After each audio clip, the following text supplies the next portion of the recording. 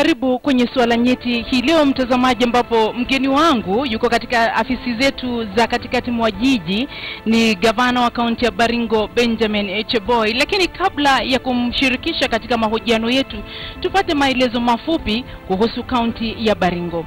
Kaunti ya Baringo inapatikana eneo la Bonde la Ufa. Makao makuu ya kaunti hii ni eneo la Kabarnet. Kulingana na ripoti ya sensa mwaka 2009, kaunti ya Baringo ina takriban watu 500,000 na ukubwa wa kaunti hiyo ni kilomita 11.75. Jamii zinazoishi kaunti hiyo ni Watugen, Pokot na jamii ya James. Wanubi pia wanapatikana eneo la Eldama Ravine. Gavana wa kaunti ya Baringo ni Benjamin Cheboy, ambaye yuko katika studio zetu leo, na naibu gavana ni Engineer Matthew Tuitoek. Seneta wa Baringo ni Gideon Moi. Kaunti ya Baringo inasifiwa zaidi kwa kilimo na ufugaji. Vyakula vinavyokuzwa kaunti hiyo ni mahindi, maharagwe, mbaazi, viazi vitamu, mihogo, kahawa, pamba, mtama, pareto, mawele, makademia na viazi. Kaunti ya Baringo pia inajulikana kwa ufugaji wa nyuki, ng'ombe, kondoo pamoja na uuzaji wa ngozi za wanyama. Vivutio vya utalii kaunti hii ni Ziwa Bogoria, Ziwa Baringo, Ziwa Kamnarok pamoja na makavazi ya Kabarnet na Kipsaraman. Kaunti hiyo ina maeneo bunge 6: Baringo Central, Baringo South, Tiati, Baringo North, Eldama Ravine na Mogotio. Sasa tuungane na gavana wa kaunti ya Baringo Benjamin Cheboy aweze kutueleza mengi zaidi kuhusiana na utendakazi wake katika kaunti hiyo, hususan katika uboreshaji wa usalama katika kaunti ya Baringo. Gavana Benjamin Cheboy, hujambo? Sijambo, habari za jioni. Salama sana, pole kwa safari. Ndio unawasili sasa kutoka kaunti ya Baringo. Hali iko vipi kaunti hiyo? Salama kabisa, tuko salimini, watu wa huko wanawasalimia. Naam, shukrani sana kwa kukubali kuungana nasi kwenye jukwaa la KTN. Labda kwanza kabisa utupatie taswira miaka 3 baadaye. Je, kaunti ya Baringo imepiga hatua gani katika kuboresha maisha ya wenyeji? Kwa kweli sisi katika kaunti ya Baringo tumefanya mengi tangu tuchaguliwe mwaka wa 1913. Na ningependa kuwajulisha wananchi wa nchi hii na wale wanaishi katika Baringo County kwamba serikali yenu iko imara, na tumefanya mengi kuhakikisha kwamba maisha ya watu iko ya hali ya juu. Hasa tulipoanzisha serikali hii, tulisema kitu cha kwanza ile tungependa kuhakikisha kwamba tunadumisha ni hali ya usalama. Naamini kwamba watu wengi wanajua kwamba kaunti ya Baringo tangu zamani ilikuwa na shida ya wizi ya mifugo katika sehemu mbalimbali katika kaunti hiyo, hasa sehemu ya East Pokot, kwenye mpaka ya Baringo na Samburu, mpaka ya Baringo na Turkana, na mpaka ya wakaaji ya Baringo katikati, yani Watugen, Wapokot na Wachamus. Nataka kuwaeleza wananchi kwamba sisi kama kaunti tukiungana na watu mbalimbali, serikali kuu, makanisa na wale watu ambao wanapenda kusaidiana na sisi, tumefanya yale yanawezekana kuhakikisha kwamba kuna amani. Ningependa kuwaeleza wananchi kwamba tangu miezi 6 iliyopita hali ya usalama imekuwa ya juu. Hakuna uwizi ya mifugo, wakaaji wa huko wanakaa kama ndugu na dada. Uwizi ya mifugo imepungua kabisa, hata hatujawahi kuona wakati mwingine, na hiyo ni kitu nzuri. Tuliungana kama viongozi wa North Rift, viongozi ya Turkana, West Pokot, Baringo, Gavana, kidogo nitakukatiza kwa sababu kuna matatizo ya sauti na mawasiliano. Tutarejea kwako katika muda usiokuwa mrefu. Tuchukue mapumziko mafupi.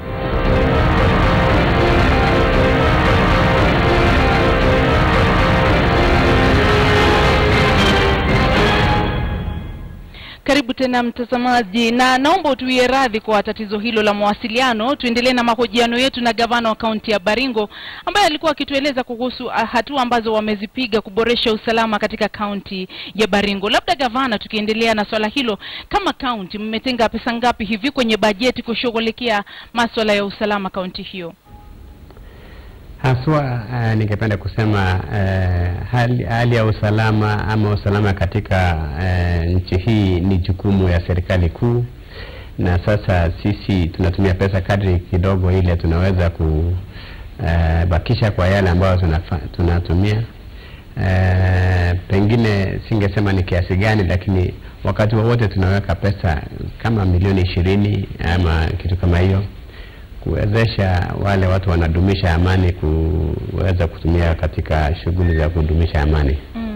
Labda kwa wale watazamaji ambao wanakuona kwa mara ya kwanza leo na wageni tunatizamwa na watu kutoka Afrika nzima, wanaposikia kaunti ya Baringo kwamba inakumbwa na utovu wa usalama miaka 50 baadaye, je, unaweza kusema mizozo hiyo hutokana na nini? Hasa baina ya Wapokot na Watugen, wanazozania nini na ni watu wa kaunti moja? Ningependa kusema kwanza hii imeisha.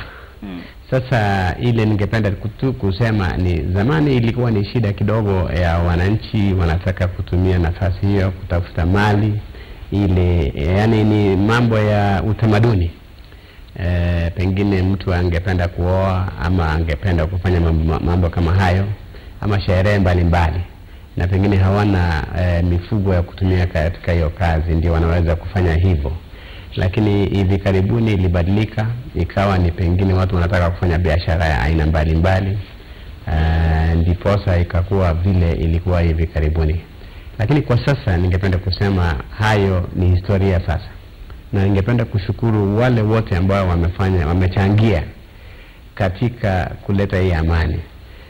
Serikali kuu, na sana sana ningependa kumshukuru Deputy President pamoja na mkuu wa polisi katika nchi hii na wengine wengi, na wale viongozi wa North Rift, magavana, maseneta, wabunge na pia wabunge ya Baringo County kwa ujumla, na watu wa kanisa katika kaunti yetu kwa maombi ambayo iliweza kuleta utulizo katika sehemu hii ya kuleta amani katika kaunti yetu. Na naamini kwamba hii sasa imekuwa chanzo cha kuhakikisha kwamba maendeleo inaendelea bila kuzuia wasiwasi ya wananchi wa kawaida. Naam, gavana, licha ya kuwa elimu si huduma ambayo imegatuliwa, je, kama kaunti mmechukua hatua gani kuboresha elimu katika kaunti hiyo, ikizingatiwa kuwa elimu imetatizika pakubwa kutokana na utovu wa usalama, ambapo hata walimu wengi wamegura maeneo hayo, wameenda katika maeneo mengine kwa kuhofia usalama wao? Je, mnaboresha vipi usalama, ikizingatiwa kwamba unatuarifu kuwa mmeboresha hali ya usalama katika kaunti hiyo? Kwanza ningependa kusema kwamba elimu, ingawaje elimu ya juu ya shule za upili na shule za sekondari ni jukumu ya serikali kuu, sisi kama county tuko na elimu ya chekechea na elimu ya ufundi kama youth polytechnics katika county kuwa shughuli yetu. Ningependa kusema kwamba ingawa kumekuwa na shida ya usalama, sehemu nyingi katika kaunti yetu haijakumbwa na usalama na kutokuwa na usalama, na elimu imekuwa ikiendelea kwa njia safi.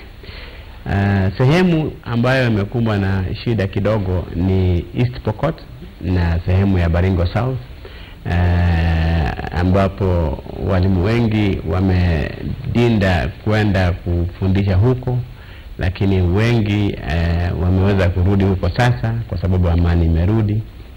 Shule zile zilikuwa zimefungwa katika sehemu hiyo zimefunguliwa, na saa hizi tunasema tunafanya ile inaitwa operation turudini shuleni, operation turudini nyumbani, wale watu ambao walikuwa wamehama makwao. Kwa sehemu nyingine mambo ya elimu inaendelea sambamba, na ujenzi wa mashule za chekechea zimeendelea vizuri. Kwa wakati huu tumejenga zaidi ya shule 200 na madarasa zaidi ya 220 ya shule za chekechea. Tumeajiri walimu ya kutosha zaidi ya 1860 na wanahudumu katika mashule hizi. Na hata kwenye walimu hawako huko East Pokot, hawa walimu wa shule za chekechea ni wale ambao wanatoka sehemu hizo na wanajaribu kufundisha hata kwenye sehemu zingine. Kwa county kwingine elimu inaendelea sambamba. Mnakumbuka kwamba shule nyingi huko zilijengwa na mstaafu Rais Daniel Arap Moi, rais wa pili katika nchi hii, na hali ya masomo katika kaunti hii iko juu kabisa. Gavana, kidogo mahojiano yetu yatakuwa mafupi leo kwa sababu muda kidogo umesonga, lakini ikizingatiwa kwamba fedha za kaunti mara nyingi kaunti hiyo zimekuwa zikielekezwa katika aidha usalama au kukabili ukame katika kaunti hiyo. Je, ni mikakati ipi kama gavana ambayo umeiweka kuhakikisha kuwa watu wa kaunti yako hawategemei misaada kila wakati ukame unapotokea? Unakabili vipi janga hili? Asante sana kwa swali hilo la maana, kwa sababu ningependa kuanzisha kwamba sisi katika kaunti tuliona shida zetu zaidi ni shida ya maji. Tumetambua kwamba ili kuinua uchumi ya kaunti yetu ambayo sana sana inategemea ukulima na ukuzaji wa mifugo, ni jambo la maana ya kuhakikisha kwamba tunaweka pesa za kutosha kwa kuhakikisha kwamba maji ipo kila sehemu. Ningependa kusema kwamba tangu tuchukue uongozi tumeweka mikakati ya kuhakikisha kwamba maji iko kwa sehemu mbalimbali. Tuseme 35% ilikuwa kiasi ya maji ambayo inapatikana katika kaunti hii, lakini kwa sasa tangu tuingie uongozini tumeinua hali ya maji na zaidi 55% ya watu sasa wanaweza kupata maji. Pamoja na mifugo, tumechimba mabwawa, tumechimba boreholes, tumeweza kuweka piping ya kuongeza maji katika kaunti hii ili mifugo na watu wapate faida ya kuweza kupata maji hayo. Pia hii maji inapunguza gharama ya hospitali, kwa sababu kama kuna maji, magonjwa yale ambayo yanahusika na maji yanapungua, na tukiangalia records za hayo magonjwa yamepungua kiasi. Tumeona pia kwamba ikiwa tutaweza kuinua hali ya uzalishaji ya vyakula, lazima tuweze kuanzisha ukulima wa kunyunyizia maji, na ningependa kuwaeleza wananchi kwamba sisi tumeweka mipango mbalimbali, projects zaidi ya 12 katika counties za kuanzisha unyunyizaji ya maji imeendelea, na watu wale ambao walikuwa hawawezi kupanda mimea mbalimbali sasa wanaweza kupanda. Wanaweza kupanda mahindi, wanaweza kupanda matunda aina mbalimbali kama papaya ama maembe ama watermelon na kadhalika. Gavana, ni shughuli ambayo tayari mmeianza ama ni mpango ambao mnatarajia kuanza baadaye? Mmeanza kuhamasisha wenyeji na katika maeneo gani kuhusiana na mbinu hizi za kilimo? Tayari watu wanakula ama wamepata mapato ya kutumia maji ambayo sisi wenyewe kama county tulianzisha. Hiyo sio story, ni ukweli wa mambo. Ukienda sehemu mbalimbali kama Emening, tuko na maji hapo ambayo tunanyunyizia. Kuna mahali inaitwa Cheraik katika upande ya South, kuna mahali inaitwa Mkuyuni, kuna mahali inaitwa Mosro huko Baringo South, Baringo East, kuna mahali inaitwa Ogion, tunangojea tu mvua iongeze maji. Baruesa huko sehemu za Baringo North, Kapkelelo ya Baringo Central. Katika kila sub county kuna kazi imeendelea. Kuna hata jiji linaitwa Ngenyini huko Baringo South, washapanda mahindi na wakaweza kupata mara nyingi na kuziuza. Na hii inaleta uwezo ya kupata chakula ili watu wetu wanajitegemea, badala ya kutegemea mambo ya chakula ya kupewa kila wakati. Inapatia wananchi uwezo ya kupata ya kukula na ya kuuza ili waweze kufanya mambo ya maendeleo. Nikiongezea kwamba hapo kilimo tumeweka ubao mbele. Vijana wetu ambao wanafundisha wakulima vile kuinua hali ya ukulima wamefundishwa kwa njia mbalimbali, na tumewaajiri pia wengine. Na ukiona uzalishaji ya maziwa imeongezeka kiasi, tumekuwa tukishirikiana na shirika mbalimbali, hasa shirika la KCB Foundation, ili kuweza kuhakikisha kwamba wakulima wanaanza kufanya ile inaitwa value chain improvement, toka uzalishaji ya maziwa kuwapatia wakulima mbegu aina mbalimbali ya kuhakikisha kwamba wanaweza kuinua hali ya uzalishaji ya maziwa. Zaidi ya hayo ni kwamba tumechimba vidimbwi ya kutunza ng'ombe ili wasiweze kupata magonjwa aina mbalimbali. Tangu tuchukue serikali hii, vidimbwi zaidi ya 70 mpya yamechimbwa na sasa yanatumika kuweza kuosha mifugo ndio wasipate kuumwa na kupe ama kupata magonjwa aina mbalimbali. Naam. Naam, shukran sana gavana. Naomba nitakukatiza tu kwa sababu muda umetupa kisogo. Taarifa zetu za KTN leo, namuona Ahmed Darwesh tayari ameingia studioni. Nitakualika tena tuweze kuzungumzia mengi zaidi kuhusu kaunti yako. Pole, safari imekuwa ndefu, haukuweza kufika kwa wakati ufao, lakini tutakualika tena tuzungumzie mengi zaidi. Shukran sana mtazamaji kwa kutizama taarifa za jukwaa la KTN. Kwa niaba ya wote waliofanikisha kipindi hiki, natoa shukran za dhati, na tunatumai kupitia jumbe hizi wengi wanatumai kwamba mgomo wa walimu unaoendelea utasitishwa ili kutoa fursa kwa watahiniwa kufanya mitihani yao ya kitaifa. Kwa niaba ya mwelekezi wangu, wapiga picha, wanasa sauti na wote walioshiriki katika kufanikisha kipindi hiki, uwe na usiku mwema. Lakini usiende mbali, kwani katika muda wa dakika 3 hivi Ahmed Darwesh atakuwa akikupasha mengi zaidi kwenye taarifa zetu za KTN leo. Uwe na usiku mwema.